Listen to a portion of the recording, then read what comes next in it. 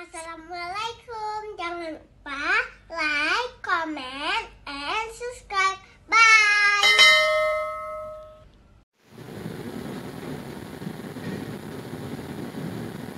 Assalamualaikum warahmatullahi wabarakatuh.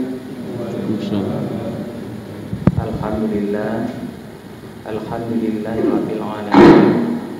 Hamdan yuwasi'u yang kami hormati Bapak DM serta Bapak Ibu SRM serta yang kami muliakan Ustaz Dr. Fahmi Sofyan SSMA serta para jamaah semuanya yang telah hadir. Tema kita pada hari ini adalah tujuan puasa Ramadan. Demikian kita silakan kepada Ustaz dengan segala macam. Wabillahi taufiq wal hidayah. Assalamualaikum warahmatullahi wabarakatuh. Assalamualaikum warahmatullahi wabarakatuh. Alhamdulillahi rabbil alamin. Wassalatu wassalamu ala asyrafil anbiya'i wal mursalin wa ala alihi wa ashabihi ajma'in. Raditu billahi rabba wa bil islami dina wa bi muhammadin nabiyya wa rasula. Rabbi syrah li sadri wa yassir li amri wahlul 'uqdatam min lisani yafqahu qawli. Raditu billahi rabba wa bil islami dina wa bi muhammadin nabiyya wa rasula. Kaum muslimin dan muslimat sidang jamaah yang dirahmati Allah, teristimewa Bapak JM yang hadir bersama kita serta para staf dalam kajian fungsi atau tujuan kita berpuasa di bulan suci Ramadan. Kalau kita wajib, artinya mewajibkan diri, kita mulai berpuasa umur 10 tahun. Berarti kalau kita sekarang berumur 20 tahun, berarti sudah 10 tahun kita puasa Ramadan. Kalau umur 30 tahun, berarti 20 tahun sudah puasa Ramadan. Kalau umur 40 tahun, berarti 30 tahun sudah puasa Ramadan. Kalau umur 50 tahun, berarti 40 tahun sudah puasa Ramadan. Artinya setiap tahun kita berpuasa bulan Ramadan, tetapi tidak ada perubahan yang signifikan. Kita masih seperti ini saja. Kita masih ghibah orang lain, masih berbuat maksiat, masih lihat maksiat, masih makan haram dan lain sebagainya. Artinya kita berpuasa melihat orang lain puasa. Orang lain pergi ke sawah, kita pergi juga. Orang lain ketika kembali dari sawah dia bawa hasil, kita tidak bawa apa-apa. Ketika orang lain pergi memancing, dia membawa pancing, kita ikut-ikut juga. Ya, kita bawa pancing juga. Ketika orang itu pulang dari mancing, dia bawa ikan yang banyak. Kita jangankan ikan kecil, ya Pak. Ikan pun tidak dapat. Kita tidak bawa apa-apa. Jadi jangan sampai kita orang lain berpuasa, kita berpuasa juga. Orang lain salat, kita salat juga. Kita tidak tahu makna salat itu apa. Makna puasa itu apa sebenarnya.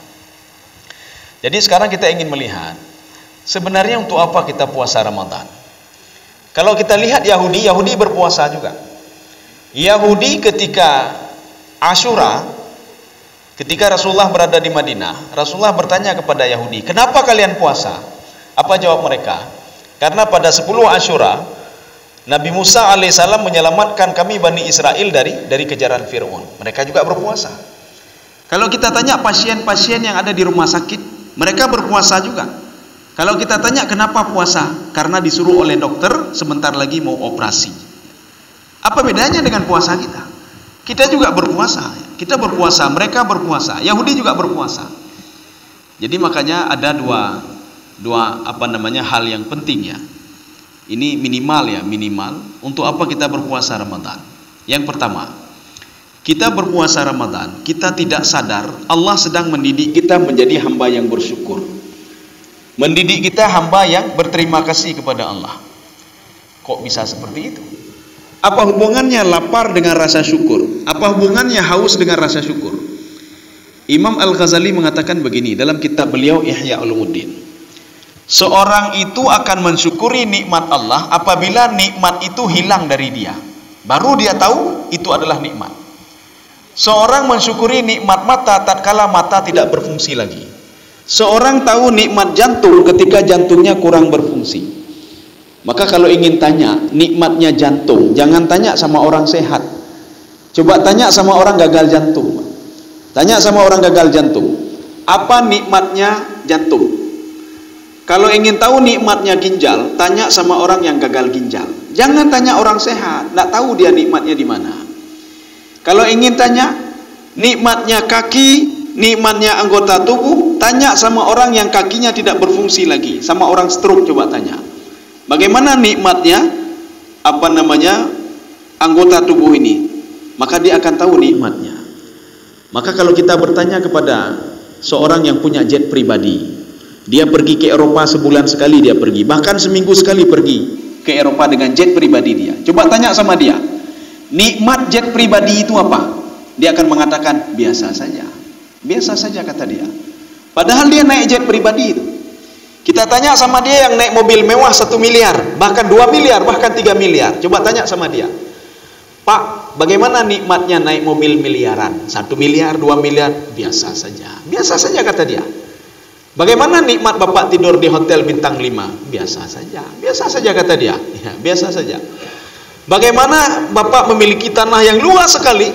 Biasa saja. Biasa saja. Tapi coba, orang ini yang punya jet pribadi tadi, yang punya mobil mewah dan lain sebagainya, diuji oleh Allah 1 minggu saja diuji oleh Allah. Apa ujiannya? Stroke. Coba diberikan stroke 1 minggu saja. Dia tidak bisa kemana-mana. Dia duduk di kursi roda atau bahkan terbaring di atas kasur, tidak bisa kemana-mana. Kemudian setelah seminggu kemudian disembuhkan oleh Allah. Jalan saja nikmat sama dia. Jangankan dengan jet pribadi, jalan saja nikmat. Coba tanya sama dia, bagaimana jalan? Waduh, nikmatnya luar biasa. Kalau tadi dia tidak tahu kalau itu nikmat. Kenapa? Karena dia hidup di dalam kemewahan, terus hidup dia, apa yang ada, apa yang dia butuhkan semua ada. Maka ketika hidup seperti itu, dia tidak tahu kalau itu adalah nikmat. Kapan dia tahu nikmat? Ketika diambil nikmat itu oleh Allah dan dikembalikan kembali, baru dia tahu itu nikmat. Inilah bulan suci Ramadan. Kita sedang dididik oleh Allah. Allah mengharamkan kita tidak boleh makan lagi, tidak boleh minum. Biasanya kita sekarang sudah makan siang. Biasanya tadi pagi kita sudah duduk-duduk ngopi. Atau sebentar lagi kita ngopi. Orang Aceh, makanya orang Aceh Pak, sehari itu sampai 3 kali ngopi Pak. Setiap hari ngopi. Jadi orang Aceh terlalu ngopi sampai tepi Pak. Tapi di bulan Ramadan tak boleh dulu. Kapan ngopinya? Nanti malam. Kapan ngopinya? Nanti waktu sahur ya. Lain tak boleh. Ini memberikan batasan oleh Allah, diberi batasan. Tak boleh makan, tak boleh minum. Makanya ketika berbuka puasa nanti, air putih saja nikmatnya luar biasa. Air putih saja.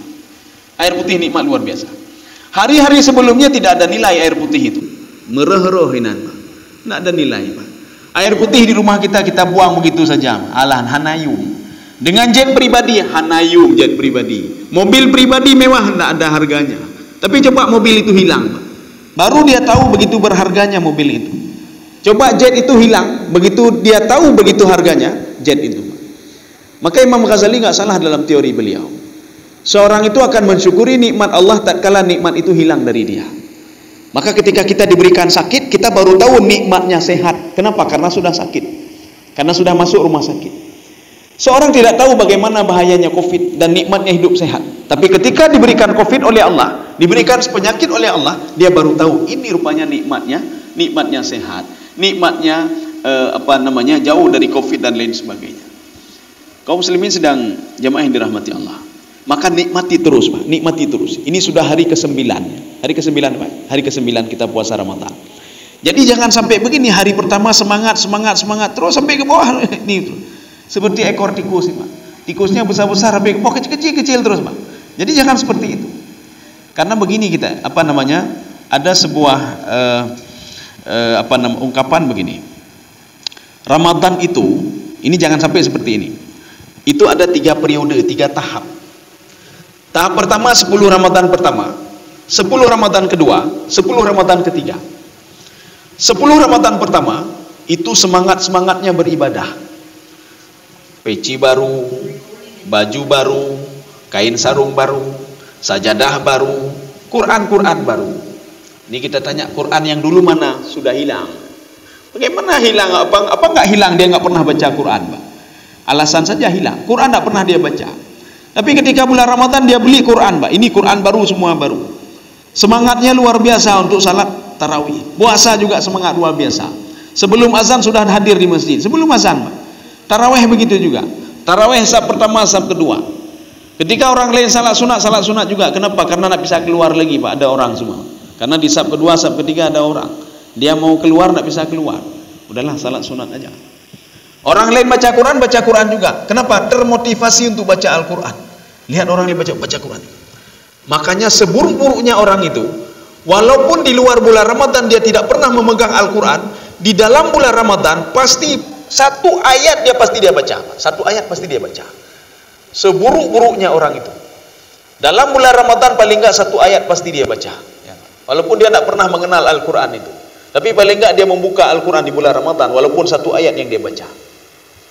Akhirnya apa? Ikut orang lain. Semangat luar biasa. Ini 10 Ramadan pertama. 10 Ramadan kedua, ya, peci-peci kamu mulai tihen, Mak. Peci katihen, Mak. Peci sudah katihen, kain sarung sudah naik turun, Mak. Kadang-kadang naik sekali, kadang-kadang turun sekali, Mak. Kancing-kancing baju pun sudah enggak pas lagi, Mak. Itu ketika mau berangkat sudah berat dia berangkat ke masjid. Allahu Akbar. Allah, tunggu kamat saja. Ketika kamat tanya sama temannya, na bola malamnya, ada bola malam ini? Udahlah, nonton bola saja. Nonton bola, ya, Pak. Kenapa? Karena sudah 10 malam kita salat tarawih, membosankan sekali. Membosankan sekali. Kita beribadah baca Quran membosankan sekali. Ini sudah nampak, mungkin bosan-bosan itu sudah nampak, ya, walaupun hari ke-9. Makanya nanti ketika ini 10 Ramadan kedua, itu 10 Ramadan kedua sudah mulai nampak. Maka kita lihat nanti pada 11 Ramadan itu sudah mulai, Pak. Ada yang mayang, ya, Pak. Ada yang malas baca Quran, ada yang malas salat sunnah, ada yang malas, itu sudah mulai nampak. Dia tidak tahu Allah sedang mendidik dia. Itu untungnya bagi dia sendiri, bukan untuk Allah, Pak. Allah sedang mendidik dia menjadi hamba yang bersyukur.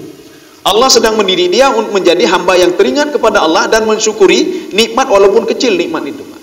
Ya.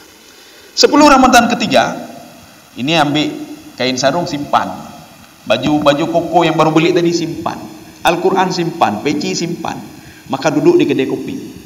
Coba lihat nanti Ramadan terakhir, Pak. Sudah memenuhi kedai kopi, Pak. Kedai kopi sudah penuh, masjid tak ada lagi, Pak. Artinya dia belum siap untuk dididik menjadi hamba yang bersyukur. Dia belum siap lagi, Pak. Maka kita kalau ingin dididik oleh Allah, jalankan terus, Pak, jalankan terus. La in syakartum la azidannakum wa la in kafartum inna azabi lasyadid. Kalau kalian mau bersyukur akan aku tambah nikmat. Jangan salah kita, Pak. Nikmat itu bukan duit saja. Karena ada seorang pegawai negeri mendatangi saya begini, Ustaz, saya setiap gajian itu pasti saya sedekah kepada orang lain. Kenapa? Karena ini bukti saya bersyukur kepada Allah. Saya dapat gaji, saya kasih untuk orang lain. Saya dapat bonus, saya berikan sedekah untuk orang lain. Tapi herannya kenapa di dalam Al-Quran diungkapkan la in syakartum la azidannakum. Kalau kamu bersyukur akan aku tambah nikmat. Kok gaji saya tidak pernah bertambah-tambah? Gaji hanya bertambah. Habis bulan kenapa tidak bertambah? Saya bilang ke bapak itu, Pak, nikmat Allah itu bukan gaji saja, bukan duit saja, itu kecil sekali itu. Bukan jabatan saja, ya, Pak. Itu kan nikmat yang keempat itu. Bapak diberikan sehat, itu nikmat luar biasa. Biasanya bapak sebulan sekali sakit, ini tidak sakit, Bapak. Anak bapak biasanya sakit tapi tidak sakit hari ini dia. Kemudian bapak biasanya ribut dengan istri bapak, tapi diberikan nikmat oleh Allah Subhanahu wa taala, enggak ada ribut-ribut lagi. Bapak ribut dengan tetangga tapi ini enggak ribut lagi, Pak. Ini namanya la in syakartum la azidannakum. Saya tambah nikmat. Kita itu biasanya ketika tidak punya apa-apa, kita terus berdoa kepada Allah, ya Allah, kenapa saya tidak punya ini, saya tidak punya itu seperti si fulan. Si fulan bisa beli mobil, si fulan beli kendaraan, si fulan beli tanah dan lain sebagainya. Kenapa saya tidak ada, ya Allah? Kita berdoa kepada Allah. Diberikan oleh Allah sedikit diberikan untuk menguji kita ini. Kok sedikit sekali? Enggak cukup ini untuk beli mobil. Kok sedikit sekali? Enggak cukup beli kendaraan, enggak cukup beli tanah ini. Kok sedikit sekali? Enggak pandai bersyukur kita. Diberikan banyak oleh Allah Subhanahu wa taala. Ketika diberikan banyak, ya Allah, si fulan kok lebih banyak dari saya? Ya, Pak. Engkau berikan saya segini, si fulan kenapa lebih banyak lagi? Makanya rezeki kita itu la in syakartum la azidannakum, itu tidak ada sama kita. Kita tidak pernah mensyukuri nikmat Allah. Maka jangan pernah harap nikmat itu akan diberikan lagi oleh Allah Subhanahu wa taala. Pada suatu hari, Nabi Musa alaihissalam, beliau heran dan bertanya kepada Allah, "Ya Allah, bagaimana cara engkau mendistribusikan nikmat dan rezeki? Manusia kan banyak sekali, Pak. Ada yang di Afrika, ada yang di Asia dan lain sebagainya. Banyak sekali manusia itu. Bukan Bani Israel saja. Manusia itu banyak sekali, ya Allah." Satu.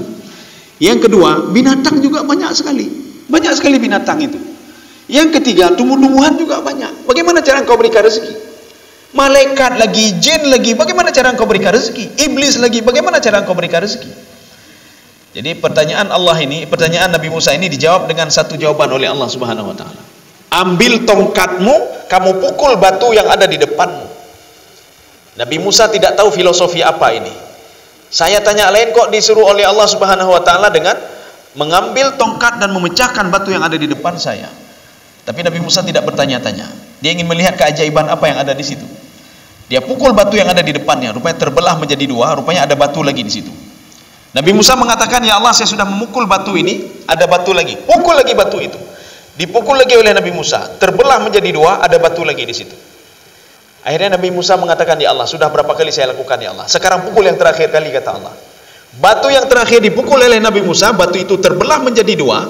Fa idza hiya dudatun, ada seekor ulat rupanya di situ, yang sedang makan daun-daun segar. Dia sedang makan daun segar di dalam batu itu.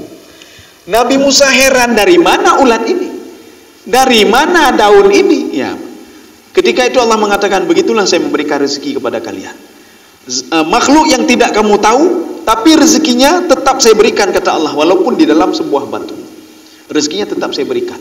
Jangankan yang lain," kata Allah, "ulat yang berada di dalam batu yang tidak bisa kamu deteksi ini, saya berikan nikmat kepada dia. Daun segar lagi saya berikan." Bukan ini yang membuat Nabi Musa heran lagi. Ditambah lagi, Allah mengatakan, "Sekarang coba dekatkan ulat itu ke telingamu. Coba kamu dekatkan." Dengan izin Allah, Nabi Musa diberikan oleh Allah Subhanahu wa taala pemahaman untuk bisa memahami apa yang diucapkan oleh ulat tadi. Rupanya ulat tadi, setelah dia makan daun-daun segar tadi, apa kata ulat tadi? "Alhamdulillahilladzi la yansa man dzakarahu." Dia ulang-ulang terus. "Alhamdulillahilladzi la yansa man dzakarahu." Terima kasih ya Allah, segala puji bagi Engkau yang Engkau tidak pernah lupa kepada zat yang terus berzikir kepadamu. Ulat tahu berterima kasih, Pak. Masa kita tidak pandai berterima kasih? Ulat ini tidak punya akal, ya Pak. Hanya udah, Pak. Tapi dia tahu berterima kasih kepada Allah. Dia tahu kalau nikmat itu berasal dari Allah Subhanahu wa taala. Manusia sudah diberikan otak oleh Allah, sudah diberikan pikiran oleh Allah, sudah diberikan hati lagi oleh Allah, tapi tidak pandai dia berterima kasih kepada Allah. Jadi makanya bulan Ramadan ini mendidik kita untuk berterima kasih dan memberikan sesuatu hal yang dulu tidak kita berikan nilai, sekarang sudah kita nilai, Pak. Luar biasa rupanya air itu, cuma satu gelas saja, rupanya nilainya luar biasa. Ini yang nggak ada sama kita, Pak. Kita diberikan sehat oleh Allah, kita tidak pandai memberikan nilai pada kesehatan kita, Pak. Kita masih mengatakan biasa saja. Ketika kita hidup diberikan nikmat, biasa saja, Pak. Makanya diberikan seperti ini supaya kita tahu diri, Pak. Diberikan kita lapar supaya kita tahu diri bahwasanya yang lain itu berharga sekali. Kalau hilang minuman saja, maka sudah hilang yang sesuatu hal yang sangat berharga. Maka bulan Ramadan ini kita jalankan saja, Pak. Jalani saja, Pak. Ini merupakan sebuah pendidikan.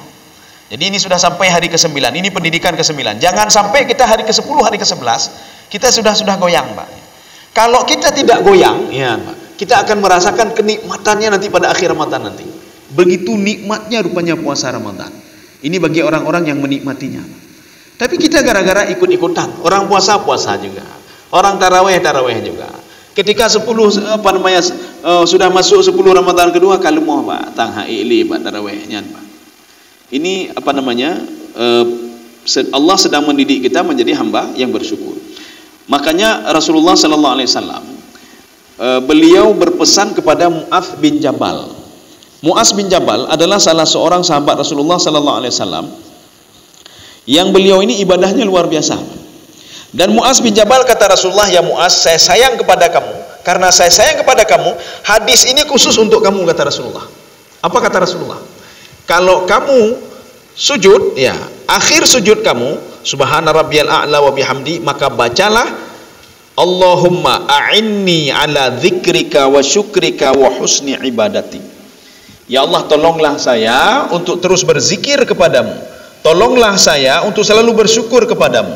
Tolonglah saya untuk menjadi hamba yang baik, hamba yang bersyukur. Ini tiga-tiga ini ada dalam bulan suci Ramadan. Kalau ingin menjadi hamba yang terus berzikir, berpuasa Ramadanlah. Ikutilah aturan Allah. Kalau ingin jadi hamba yang bersyukur, ikutilah aturan Allah bulan Ramadan. Kalau ingin menjadi hamba yang baik, ikutilah aturan yang ada di bulan Ramadan. Seburuk apapun sifat seorang itu, di bulan Ramadan dia pasti teringat untuk berbuka puasa. Hana orang tua buka puasa, hana tua. Maka tua buka puasa, hana orang tua. Bahkan jino mata katinga ingat buka puasa belum jam tu lagi. Ingat buka puasa. Jangankan sekarang, waktu pagi saja ketika masuk kantor tadi, panjang dah buka puasa. Padahal masih berapa jam lagi, maknanya ketika dia teringat puasa, dia teringat kepada Allah. Dia teringat kepada Allah. Jadi maknanya itu apa? Bulan Ramadan ini adalah bulan untuk meningkatkan zikir dan teringat kepada Allah. Maka lalui saja terus Ramadan itu. Ya. Kemudian kita perlu ketahui, bulan Ramadan pendidikan untuk mendidik kita menjadi hamba yang bersyukur. Yang memberikan nilai yang dulu kita tidak berikan nilai kepada hal yang kecil-kecil itu. Menurut kita itu biasa saja. Menolong orang biasa. Minum air putih itu biasa. Tapi ketika bulan Ramadan, air putih itu sangat berharga sekali. Makanan itu sangat berharga sekali. Ya. Kemudian yang kedua, ini tadi yang pertama. Yang kedua, kita tidak sadar, kita sedang dididik oleh Allah Subhanahu wa taala untuk menjadi penikmat ibadah. Ya, penikmat ibadah. Bagaimana penikmat ibadah? Dalam konsep Imam Al-Ghazali, seorang itu, kalau penikmat itu kalau di dalam bahasa tasawuf, kalau di dalam bahasa Al-Qur'an itu ridha namanya, Pak. Maka sahabat kenapa dinamakan radhiyallahu anhum wa radu'an? Allah ridha kepada mereka dan mereka ridha terhadap keputusan Allah. Karena para sahabat sudah menikmati ibadah. Dia menikmati ibadah. Dia nikmati tarawih, dia nikmati witir, hanam pepem.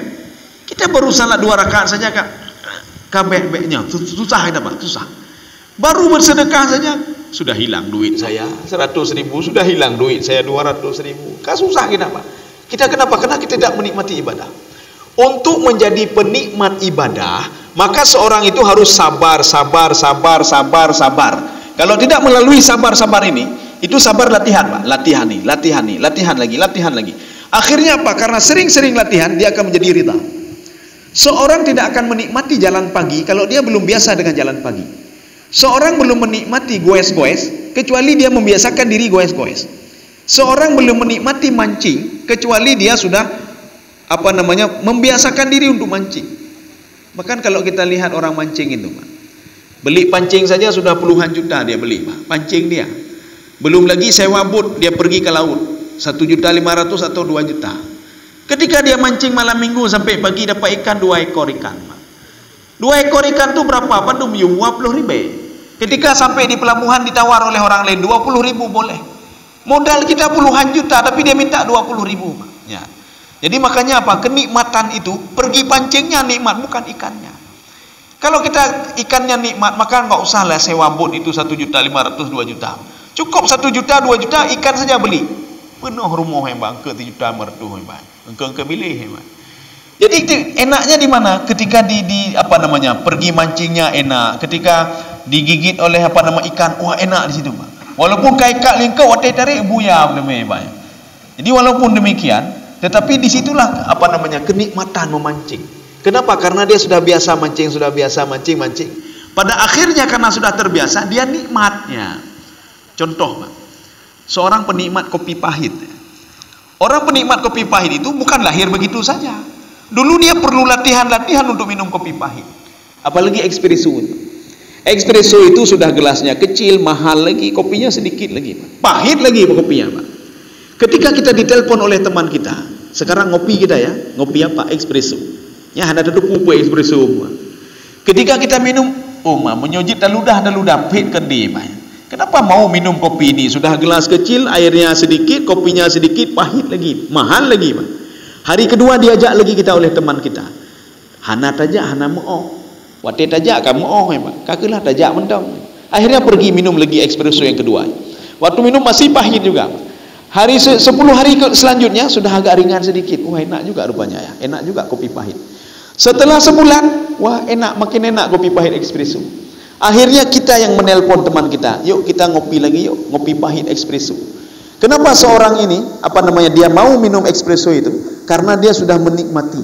Selama 1 bulan dia sudah sabar, pada akhirnya dia nikmat terhadap kopi pahit tadi. Maka kita tidak sadar, ini pendidikan bulan Ramadan sedang mendidik kita untuk menikmati ibadah. Maka nikmatilah tarawih. Setelah kita menikmati tarawih terus 30 hari, setelah itu di bulan Syawal kita akan menikmati qiyamul lail. Tapi ada orang tidak menikmati tarawih. Hari pertama dia pergi karena supaya tidak enak sama tetangganya, tidak enak sama pak kecil. Hari kedua begitu juga. Hari ketiga, hari keempat pak kecil kada hamba. Karena pak kecil kada kalian winin pak kecil pihana kakek lul pihana baik. Dia pun tidak ada lagi. Akhirnya bagaimana mau menikmati ibadah kalau seperti itu? Makanya seseorang itu kalau ingin dididik oleh Allah sedemikian rupa, jalani saja bulan suci Ramadan ini, Pak. Jalani saja. Kita tidak makan, kita tidak minum, jalani saja, Pak. Kita bersedekah, jalani saja sedekah itu. Karena nanti akan diharapkan oleh Allah kalau kita bersedekah hari ini sedekah, besok sedekah. Allah mendidik kita untuk menjadi penikmat sedekah. Setelah bulan Ramadan, bulan Syawal, sedekah itu biasa saja bagi kita. Biasa saja, Pak. Biasa saja. Kemudian kita salat sunat itu biasa saja. Kenapa sudah kita biasakan diri di bulan Ramadan? Kita bangun malam itu biasa. Kenapa sudah biasa dengan tarawih? Kita baca Al-Quran setelah bulan Ramadan itu biasa. Kenapa di bulan Ramadan kita sering membaca Al-Quran? Ya, makanya di dalam tafsir Al-Qatadah, apa kata Imam Qatadah? Ini salah satu tafsir yang unik sekali, Pak. Berbeda dengan tafsir yang lain. Tafsir yang lain ketika mengatakan la'alakum tattaqun, mudah-mudahan menjadi orang bertakwa. Kalau kita tanya takwanya pun pokoknya takwa. Get akai jeroh yang baik itu takwa. Takwa itu bagaimana? Taat dan patuh kepada Allah, ya. Tapi Imam Al-Qatadah tidak mengartikan seperti itu. Beliau tidak menafsirkan begitu.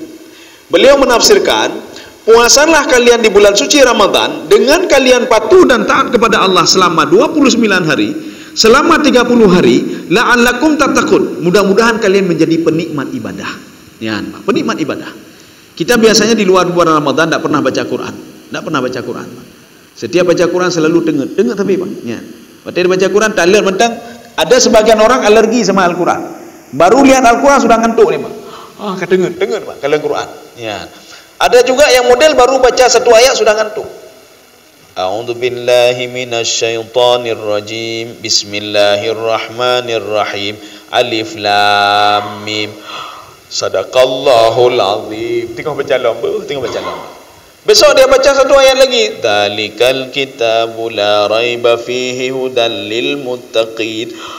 Sadaqallahul azim. Tapi ketika dia baca WA, dia baca workshop, Instagram 1 jam, 2 jam, 3 jam sanggup dia.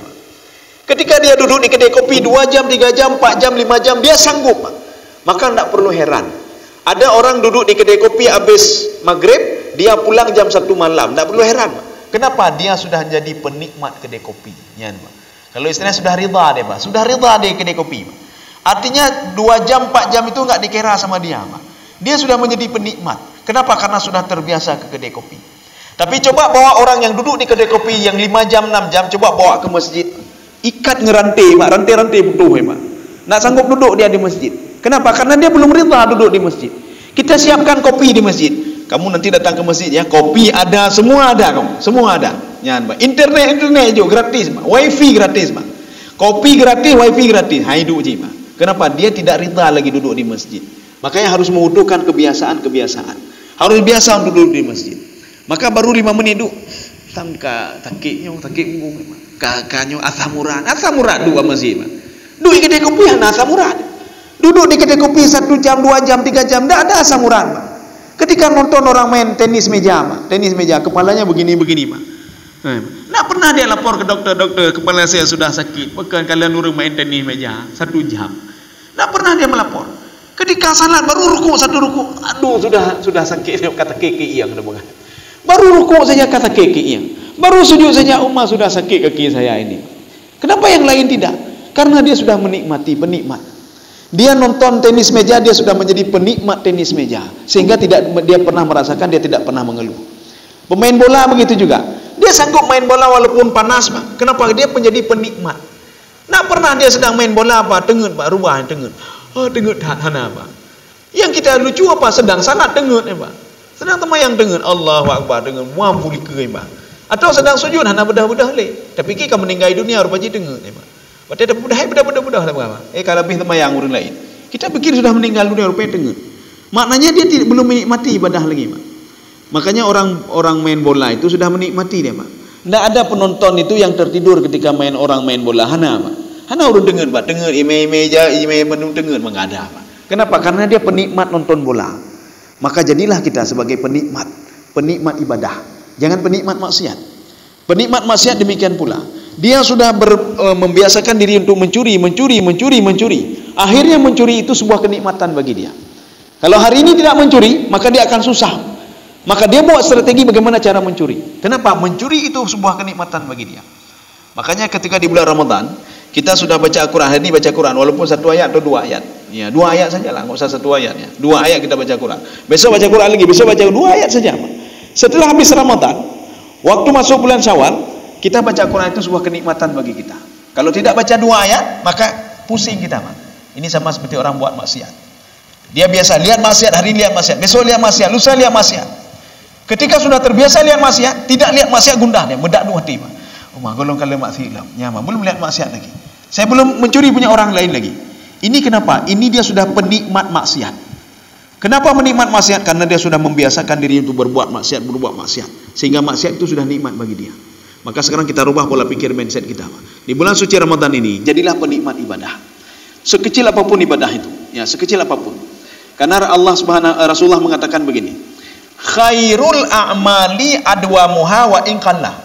Sebaik-baik amal ibadah itu continue walaupun sedikit. Ya, kita jangan lihat orang lain, oh salatnya kai pula pingkui kabino bini, salatnya dari habis Isya sampai subuh. Untuk apa salat dari habis Isya sampai subuh kalau nilainya tidak ada nilai, Pak. Tidak ada nilai. Makanya lebih bagus sedikit tetapi continue. Di bulan Ramadan kita lakukan, setelah Ramadan kita lakukan, dan Ramadan selanjutnya juga kita lakukan. Oh, kita nak sanggup berbuat apa-apa. Saya salat sunat nak sanggup, qabliyah nak sanggup, ba'diyah nak sanggup. Jadi apa juga? Puasa sunat nak sanggup juga. Baca Quran juga enggak sanggup. Pilihlah satu amal ibadah. Yang amal ibadah itu kita lakukan continue seumur hidup kita. Seperti yang dilakukan oleh seorang laki-laki pada zaman Rasulullah SAW. Dijamin masuk ke dalam surga gara-gara ibadah itu. Padahal ibadahnya kecil sekali. Kita ambil sampel satu saja. Bilal bin Rabah. Siapa tidak kenal Bilal bin Rabah? Bilal itu seorang budak. Artinya kalau budak itu tidak diberikan izin dia untuk tuntut ilmu, untuk ini tidak ada dia. Ilmu tidak ada, apa-apa tidak ada. Tidak ada apa-apa dia, seorang budak. Dia tidak bisa belajar, tidak bisa ini, tidak bisa beribadah. Ibadah tidak ada apa-apa. Setelah Bilal itu dimerdekakan, ya, setelah Bilal dimerdekakan oleh Abu Bakar As-Siddiq, Bilal rupanya ada satu perbuatan Bilal yang kontinu dia lakukan. Sehingga Rasulullah mengatakan, Bilal belum masuk ke dalam surga, tetapi suara telapak sendalnya sudah ada di dalam surga. Ini menandakan Bilal belum masuk surga, tapi dia sudah memboking surga. Sehingga Rasulullah bertanya kepada Bilal di depan orang ramai, supaya orang lain tahu. Rasulullah bukan tidak tahu, Rasulullah tahu amal ibadah Bilal. Ya Bilal, apa amal ibadahmu sehingga kamu itu dijamin masuk ke dalam surga? Bilal mengatakan, tidak ada apa-apa ya Rasulullah. Lebih sahabat-sahabat yang lain bangun tengah malam. Bilal tidak ada bangun tengah malam. Tidak ada bangun tengah malam. Paling-paling baca Quran baca ala kadarnya saja. Salat sunnah ala kadarnya saja. Bilal bersedekah apalagi dia tidak punya apa-apa. Akhirnya Rasulullah bertanya lagi, coba kamu ingat-ingat Bilal. Amal ibadah yang kontinu kamu lakukan walaupun itu kecil. Apa kata Bilal? Oh ada ya Rasulullah, tapi amal ibadahnya kecil sekali ya Rasulullah. Apa itu? Biar sahabat lain mendengar. Bilal mengatakan, saya ya Rasulullah, tubuh saya selalu dipenuhi dengan wudhu. Ini sekarang berwudhu, nanti ketika batal saya berwudhu lagi. Ketika nanti batal saya berwudhu lagi. Akhirnya apa? Saya hidup saya dengan wudhu ya Rasulullah. Cuma itu saja ya Rasulullah, tidak ada yang lain. Tetapi gara-gara ini kata Rasulullah, kamu dijamin masuk ke dalam surga. Kenapa? Amal ibadahmu sedikit, tapi engkau lakukan kontinu sampai Bilal itu meninggal dunia. Beliau terus mengambil wudhu. Ya. Kaum muslimin sedang jemaah yang dirahmati Allah. Saya rasa cukup sekian. Ya, kita buka dialog saja. Mungkin ada yang perlu ditanyakan, kami persilakan. Baik, kita masuk sesi tanya jawab bagi jamaah yang ingin bertanya. pertanyaan dipersilakan.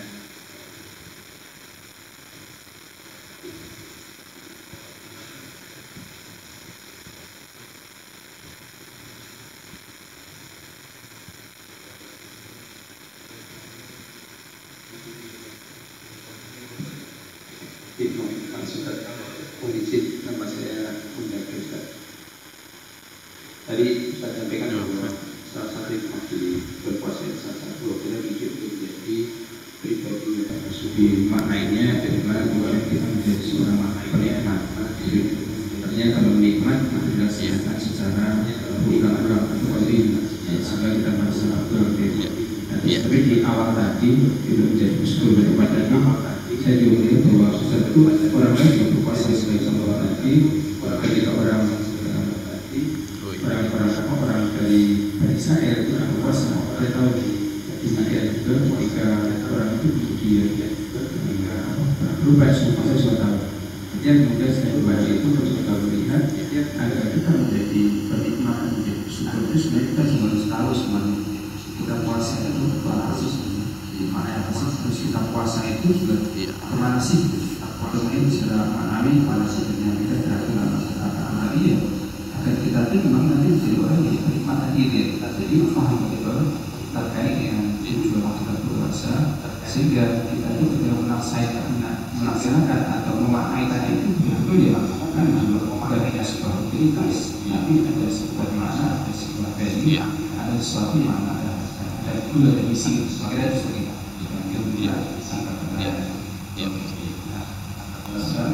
Oke, ya bagus. Sekarang kita ingin membedakan dulu. Kalau seandainya Yahudi, beliau setiap tahun itu puasa. Yahudi puasa juga. Ya, namanya puasa Asyura mereka. Jadi puasa Asyura terus setiap tahun puasa Asyura. Bedanya apa? Mereka berpuasa tapi tidak dapat pahala. Orang yang berpuasa karena dokter tadi, dia berpuasa karena untuk apa namanya? Operasi, maka dia tidak dapat pahala. Tapi yang tadi itu, ya ini contoh lain lagi lah. Ada seorang ketika kita tanya kenapa tidak minum khamar, jawab dia, karena dengan khamar itu bisa merusak kesehatan saya. Khamar itu bisa merusak kesehatan. Dan akibat saya meninggalkan khamar, saya sudah sehat sekarang. Dia meninggalkan khamar tapi tidak dapat pahala. Ada seorang lagi mengatakan, kenapa kamu meninggalkan khamar? Karena ini perintah Allah. Allah mengatakan, innamal khamru wal maisir wal ansab wal ajsamu rijsum min amali syaitan wal azlamu rijsum min amali syaitan. Ini perbuatan setan, maka saya tinggalkan. Ketika itu seorang dua-dua meninggalkan perbuatan haram, Pak. Tapi satu dapat pahala, satu tidak dapat pahala. Maka di bulan Ramadan ini, ketika Allah mewajibkan kita puasa, itu kita dapat pahala. Kenapa? Karena disuruh oleh Allah Subhanahu wa taala. Jadi sedangkan orang Yahudi tadi, jadi apapun mau dia lakukan termasuk dia bersedekah. Inilah yang dikatakan oleh Rasulullah kepada Aisyah. Aisyah mengatakan, ya Rasulullah, ada seorang pemuda dia baru masuk Islam. Tetapi sebelum dia masuk Islam, dulu dia sering bersedekah. Dia membantu orang lain. Apakah amal ibadah dulu dia diperhitungkan oleh Allah sebagai wujud sedekah dia kepada orang-orang lain? Tidak, kata Rasulullah. Kenapa ya Rasulullah? Karena dia tidak beriman kepada Allah. Ya, nih Pak, dia tidak beriman kepada Allah. Jadi beruntunglah kita. Artinya kita puasa kenapa? Karena diperintahkan oleh Allah. Kenapa kita jauhkan khamar? Karena dilarang oleh Allah. Kenapa Allah menyuruh kita salat? Karena disuruh oleh Allah Subhanahu wa taala. Sekarang masalah lagi, Pak. Masalah lagi sekarang. Rasulullah mengumpulkan sahabatnya dan mengatakan begini, wahai sahabatku, amal ibadahmu tidak menjamin engkau masuk ke dalam surga. Nyan, sudah susah lagi kita. Rasulullah mengatakan amal ibadahmu tidak menjamin kamu masuk ke dalam surga. Jadi untuk apa kita puasa selama ini? Untuk apa kita salat? Untuk apa kita baca Quran? Untuk apa kita tahajud? Untuk apa kita naik haji?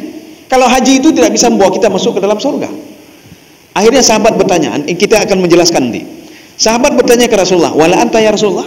Termasuk engkau ya Rasulullah? Kamu salat tahajud, kamu berbaca Quran, kemudian beribadah dan lain sebagainya? Iya, termasuk saya. Amal ibadah saya tidak bisa menjamin saya masuk ke dalam surga. Akhirnya sahabat bertanya lagi, ya Rasulullah, kalau demikian apa yang bisa membuat kami masuk ke dalam surga? Jawab Rasulullah apa? Rahmat Allah Subhanahu wa taala. Sahabat makin bingung. Berarti kalau rahmat Allah nggak usah salat lagi lah kita. Nggak usah salat lagi, cari saja rahmat Allah. Maka jangan keliru kita. Untuk apa kita salat duhur tadi kalau dengan salat duhur tidak bisa menjamin kita masuk ke dalam surga? Kita salat duhur salah satu untuk mencari rahmat Allah. Yang pertama itu kewajiban. Yang kedua untuk mencari rahmat Allah. Untuk apa kita salat sunnah? Untuk mencari rahmat Allah. Untuk apa kita berpuasa Ramadan? Untuk mencari rahmat Allah. Kita tidak tahu rahmat Allah itu datang dari mana. Bisa saja datang dari puasa kita, bisa saja datang dari salat kita, bisa saja datang dari bacaan Al-Quran kita. Perhatikan Imam Al-Ghazali. Imam Al-Ghazali, siapa yang tidak kenal beliau? Buku karangannya banyak sekali. Kemudian kesalehannya luar biasa, kezuhudannya luar biasa, ibadahnya luar biasa. Beliau seorang penulis. Jadi ketika beliau meninggal dunia, murid-muridnya ada berapa orang berdoa kepada Allah. Ya Allah, kami mohon kepada Engkau, tolong jumpakan kami dengan guru kami ya Allah. Sampai berapa kali berdoa? Maknanya begini. Kalau dengan Rasulullah SAW kita saja bisa ketemu, kita berdoa kepada Allah ingin ketemu dengan Rasulullah bisa ketemu. Apalagi dengan orang-orang biasa, apalagi dengan para ulama yang seperti yang pengarang kitab Ihya Ulumuddin itu Imam Al-Ghazali. Akhirnya apa? Setelah lama berdoa dipertemukan oleh Allah. Murid ketemu dengan gurunya Imam Al-Ghazali. Apa kata muridnya? Wahai Tuan Guru, engkau berada di tempat yang sangat luar biasa Tuan Guru. Amal ibadah apa yang kau lakukan? Apakah salatmu? Tidak, kata Imam Ghazali. Apakah tahajudmu? Juga tidak. Apakah sedekahmu? Tidak juga, kata Imam Ghazali. Apakah gara-gara karanganmu, kitabmu banyak sekali? Tidak juga, kata Imam Ghazali. Gara-gara apa Tuan Guru? Katakan kepada kami supaya kami melakukan apa yang kau lakukan ya wahai Tuan Guru. Akhirnya Imam Ghazali mengatakan begini. Pada suatu hari kata Imam Ghazali, saya sedang menulis buku. Jadi tengah malam saya sedang menulis buku. Jadi tintanya itu kan dia celupkan tintanya, kemudian dengan pena, kemudian dia nulis. Setelah kering penanya dia celup lagi, dia tulis lagi. Rupanya ketika dia mau celupkan penanya, ada lalat di situ yang minum tinta beliau. Sehingga beliau berhenti menulis dan membiarkan lalat itu minum hatta rawiyat, sehingga lalat tersebut kenyang dan terbang. Rupanya Allah memberitahukan saya, kamu dapat nikmat seperti ini gara-gara itu. Bukan gara-gara salatmu, bukan gara-gara puasamu, tetapi gara-gara engkau membiarkan lalat itu minum. Disitulah dapat rahmatku di situ, kata Allah. Ya, hebat. Kita belum tentu dapat rahmat Allah di dalam ibadah ini kita. Maka berbuat baiklah, apa saja berbuat baik. Sekecil apapun kebaikan itu lakukan. Bisa saja di dalam hal yang kecil itu, disitulah ada rahmat Allah Subhanahu Wa Taala. Contoh, kita pergi mancing, Pak. Ini contohnya mancing-mancing selalu tidak ada masalah. Kita pergi mancing. Kita beli pancing, ada yang harga 1 juta, ada yang 5 juta, ada yang 10 juta pancing kita. Kemudian apa? Karena kita bawa pancingnya banyak, jadi kita letakkan satu di sini, semua ada sampai berapa pancing. Rupanya ada sebuah tempat yang belum kita letakkan lagi Pak pancingnya. Wah, ini tidak sempat beli pancing ini. Akhirnya apa? Kita ambil kayu biasa, kayu ranting biasa. Kita ikat dengan benang. Kita ikat dengan kailnya di ujung, Pak. Kita pasang di ujung itu. Ini kail ini harganya 5 juta, ada yang 10 juta, ada yang 20 juta. Tiba-tiba ketika di ujung, kail kita tidak ada harga, Pak. Nggak ada harganya. Paling-paling berapalah benang itu? Nggak sampai 1.000 rupiah berapa atau 2.000, Pak. Mata pancingnya juga, modal kita 5.000 mungkin di situ. Rupanya setelah kita angkat, pancing pertama yang 5 juta tidak ada ikan. Pancing kedua yang 20 juta tidak ada ikan. Rupanya ikan di pancing yang paling kecil tadi, Pak. Ini maknanya apa? Kita berusaha berbuat kebaikan sekecil apapun kebaikan itu. Memindahkan duri di jalan. Bisa saja dengan memindahkan duri di jalan, nikmat Allah itu di situ, Pak. Rahmat Allah di situ. Perhatikan nanti ada seorang wanita penzina ya. Ada seorang wanita penzina. Dia masuk ke dalam surga gara-gara seekor anjing. Ini kita jangan salah paham dulu terhadap hadis ini. Jangan salah paham. Betul memang dia masuk surga gara-gara memberi minum seekor anjing. Ada jamaah datang ke saya, Ustaz, kalau bisa hadis ini jangan tahu sama orang lain. Kenapa saya bilang? Kalau tahu hadis ini sama pelacur-pelacur, maka pelacur akan cari anjing. Dia cari anjing kenapa? Ingin masuk dalam surga. Maka dia cari air kasih minum itu. Oh, jangan salah paham dulu, Pak, saya bilang. Bukan gara-gara anjingnya. Sekarang coba lihat dulu. Memang betul, Pak. Dua-dua haus. Wanita pelacur ini ketika dia berada di padang pasir itu dia haus sekali. Kemudian dia melihat ada seekor anjing yang haus juga. Sampai-sampai sudah dia jilat pasir, dia jilat pasir. Wanita tersebut dia minum untuk dirinya sendiri dulu. Setelah dia minum, dia ambil lagi sepatunya, dia masukkan air ke dalam sepatunya dan dia naik ke atas, dia berikan minum kepada anjing tersebut. Anjing tersebut bersyukur dan berdoa kepada Allah. Berdoa. Gara-gara doa anjing ini, wanita tadi bertaubat kepada Allah Subhanahu Wa Taala dan dia tidak pernah berzina lagi. Ketika dia bertobat, rupanya meninggal dunia wanita ini. maka diklaim sebagai penduduk masuk ke dalam surga. Gara-gara apa? Gara-gara taubatnya, bukan gara-gara memberikan minumnya, gara-gara dia bertobat. Makanya kalau gara-gara minum, maka anjing sekarang ini sudah segar-segar semua. Karena kenapa? Dikejar oleh pelacur. Kita tanya, kenapa kamu kejar anjing itu? Kasih minum supaya masuk ke dalam surga. Sama seperti hadis Rasulullah tadi. Ini jangan keliru kita. Artinya wanita tersebut, dia meninggal, dia sudah bertobat kepada Allah. Gara-gara doa tadi, Pak. Mungkin salah satu apa anjing itu. Maka jangan pernah sakiti binatang. Maka mungkin doa-doa itu ada juga doa dari binatang, Pak. Kita menyelamatkan binatang, bisa saja doa itu dari binatang. Ada seorang ahli ibadah, dia mengikat seekor kucing sehingga dia tidak bisa makan dan dia mati, Pak. Maka dia masuk ke dalam neraka. Ya, Pak. Ini gara-gara apa? Gara-gara akhlaknya yang bobrok masuk neraka, Pak. Jadi makanya jangan kita berpikiran begini nanti. Wah, kalau kita ikat begini nanti ya. Tapi kalau kita menjauhkan kucing supaya tidak makan, itu tidak masalah, mana masalahnya. Ini wanita tersebut, dia mengikat sehingga kucing itu tidak bisa cari makan lagi, dia terus beribadah, dia mementingkan ibadahnya dan tidak mementingkan orang lain. Sama binatang saja seperti itu, apalagi sama manusia, ya, Pak. Sama binatang saja begitu. Akhirnya wanita ini dimasukkan ke dalam neraka gara-gara kucing. Wanita tadi masuk dalam surga gara-gara apa? Gara-gara anjing. Tapi bukan gara-gara anjing itu, prosesnya sehingga dia bertobat kepada Allah Subhanahu wa taala. Ya. Ada yang lain? Ada yang lain? Mungkin dari kaum ibu.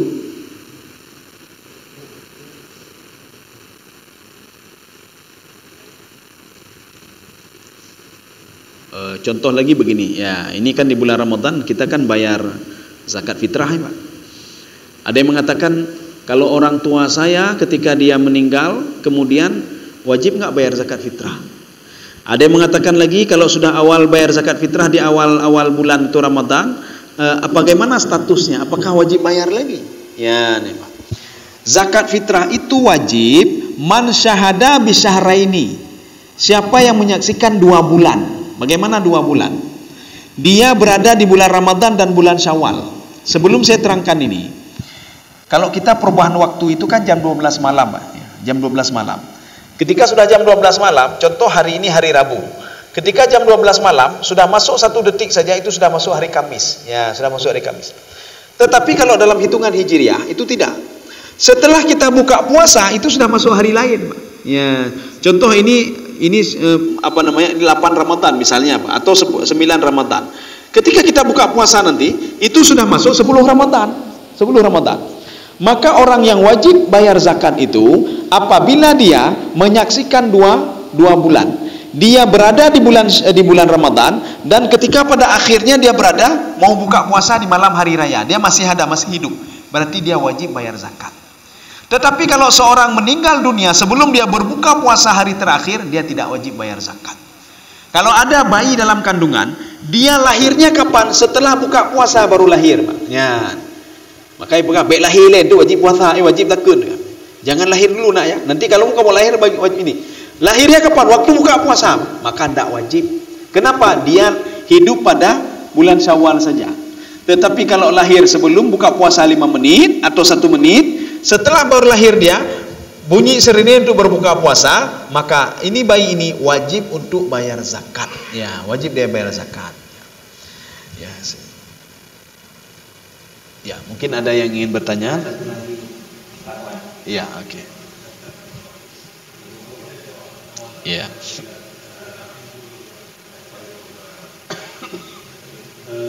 Ini Pak, tadi kan ada PSK tadi ya, memberi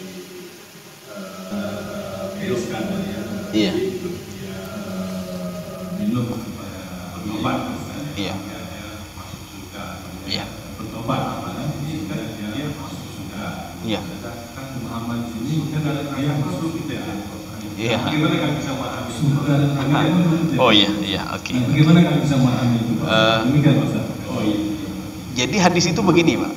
Maksud dia masuk surga itu seperti Bilal tadi. Bilal belum masuk lagi dalam surga, tetapi dia calon penghuni surga. Artinya dia akan masuk surga. Dia sudah memboking tiket untuk masuk dalam surga.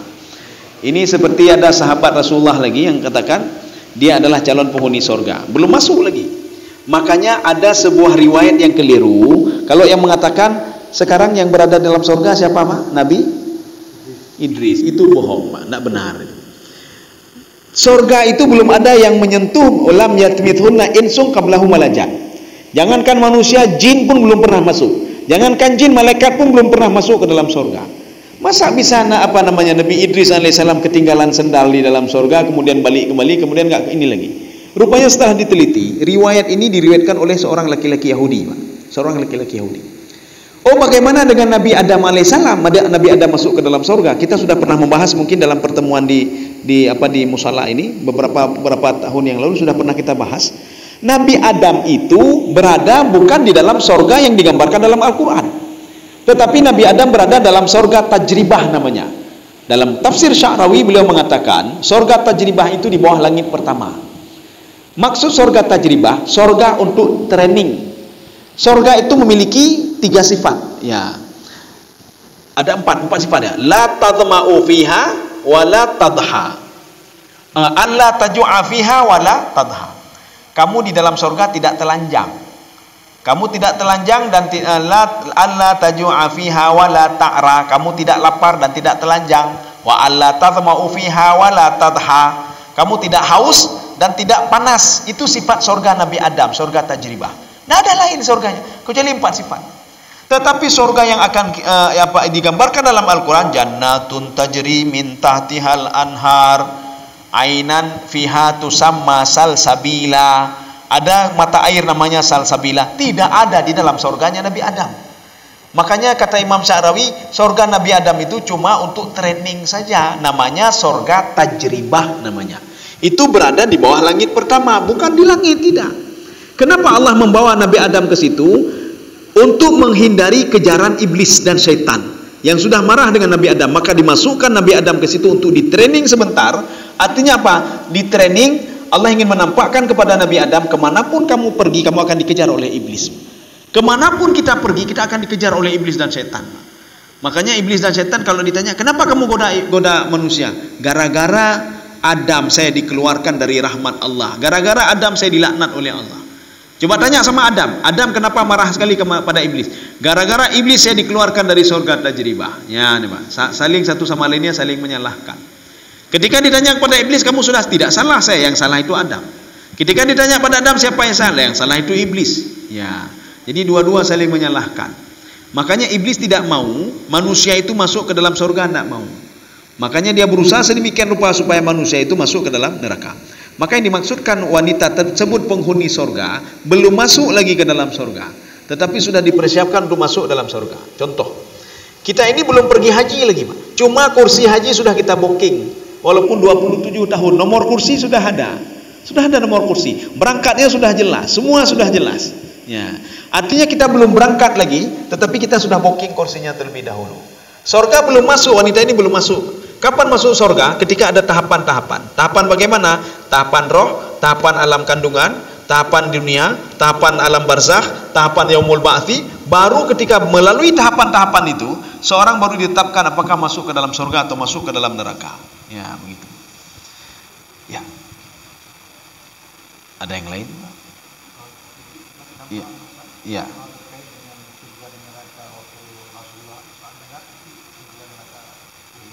Oh iya.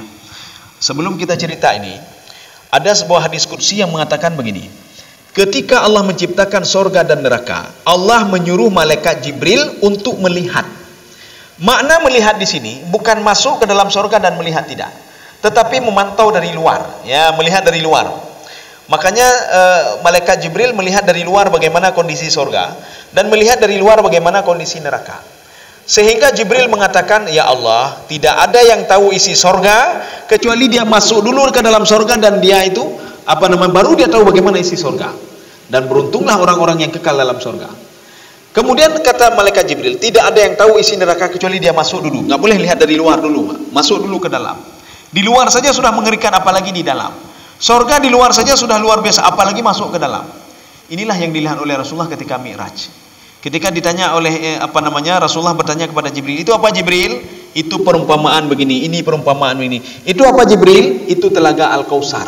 Maka muncul ada dua tafsiran. Ada penafsir mengatakan telaga Al-Kautsar itu bukan di surga, Telaga Al-Kautsar yang dilihat oleh Rasulullah SAW itu telaga yang akan diberikan kepada orang salat, orang yang berkurban ketika di padang mahsyar. Maka Ibnu Abbas dalam tafsir beliau mengatakan, Al-Kautsar qablal jannah. Itu sebelum masuk dalam surga. Sambil kita menunggu masuk dalam surga, maka diberikan telaga Al-Kautsar.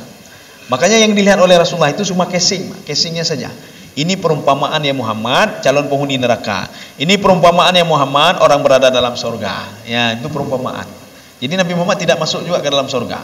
Ini dibuktikan dengan ayat lam yatmithunna insung qablahum walajan.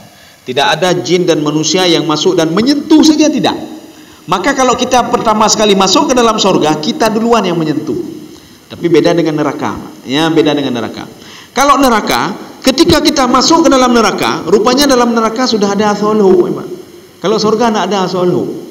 Makanya kalau kita ingin masuk, ketika masuk ke neraka, rupanya ada yang sudah duluan menyentuh neraka. Siapa itu? Iblis. Makanya iblis itu termasuk asolhu. Asolhu neraka itulah iblis. Kalau kita masuk ke dalam surga, kita tidak melihat yang lain kecuali kita sendiri. Tapi ketika kita masuk ke neraka, kita akan melihat yang lain, termasuk iblis di situ. Ya, demikian. Mungkin kita cukupkan, kita lama ini. Ya. Baik, terima kasih Ustaz atas tausiahnya. Mungkin bisa ditutup acara. Oke. Ya. Jadi kita bisa artinya intisarinya kita memaknai puasa itu sebagai wujud pendidikan di bulan Ramadan untuk mendidik kita menjadi hamba yang bersyukur. Kita harus tahu visi misi itu. Kalau kita tidak tahu, kita akan puasa seperti orang lain puasa juga. Kita akan melakukan seperti yang dilakukan orang lain. Tujuannya enggak jelas.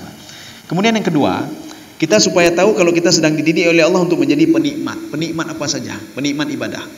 Kalau kita biasa melakukan salat, penikmat salat. Sedekah, penikmat sedekah dan lain sebagainya. Mudah-mudahan kita bisa mengambil andil. Artinya di bulan suci Ramadan ini untuk terus dididik. Kita ikut trainingnya. Jangan lari dari training. Maka kalau lari dari training itu orang yang tidak beruntung. Sudah dia rugi sendiri, dia tidak dapat apa-apa lagi. Maka jadilah orang-orang yang beruntung, yang orang-orang setelah bulan suci Ramadan dia dapat hasil, tahu apa yang dia bawa pulang. Bukan seperti pemancing tadi. Dia ketika orang lain bawa pancing, dia bawa juga. Waktu pulang orang satu lagi bawa, dia tidak bawa apa-apa. Kenapa? Karena ikut-ikut orang bawa pancing. Ya. Mudah-mudahan ada manfaatnya bagi saya sendiri dan jemaah sekalian. Subhanakallah bihamdika, asyhadu an la ilaha illa anta, astaghfiruka wa atubu ilaik. Assalamualaikum warahmatullahi wabarakatuh.